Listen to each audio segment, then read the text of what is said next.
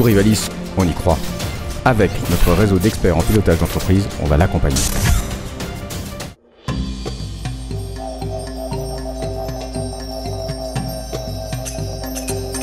Suite à l'émission, les problèmes, c'était déjà les quantités que je servais, donc forcément je perdais de chiffre d'affaires, parce que je ne faisais pas d'autres ventes à côté. La rencontre avec Maxime Moncan de la société Rivalis, ça a été assez intéressante. Je ne connaissais pas du tout, il m'a expliqué un petit peu ce qu'il faisait, et je trouvais que ça serait intéressant d'être suivi par une entreprise comme ça. Avant que je fasse l'émission Cauchemar en cuisine et que je rencontre Rivalis, je me sentais seule dans la gestion d'entreprise pour plusieurs raisons. La première, c'est que je suis étrangère, donc les lois ici en France, je ne les connaissais pas non plus bien. Après, j'ai jamais géré une entreprise, c'est ma première. Mon caractère, je pense, ça joue aussi un peu dans la gestion d'entreprise. Quand je suis arrivé au Cantino et que j'ai rencontré Monica, les premiers constats ont été que les fiches techniques n'étaient pas tenues. 51 plats à la carte, donc les stocks un petit peu compliqués à gérer. Par contre, la cuisine était très bonne et l'hygiène extraordinaire. Enfin, moi, je n'avais jamais rencontré un restaurant comme ça. Les actions mises en place, ça a d'abord été de rassurer Monica.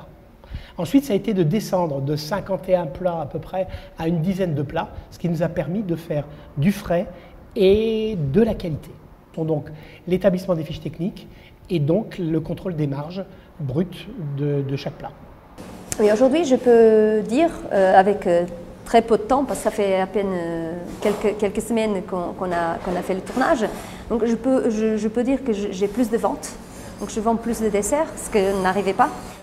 Je fais tout dans la tranquillité, je ne me prends plus la tête avec personne. Avec l'outil Rivalis Restaurant, toutes les semaines, je rentre le nombre de couverts, des services et le chiffre d'affaires de la semaine. Et comme ça, on peut vérifier où on est, si on est dans nos objectifs ou pas. Aujourd'hui, on peut dire que le panier moyen a augmenté de 25%. Les prochaines étapes, ce sera le suivi commercial.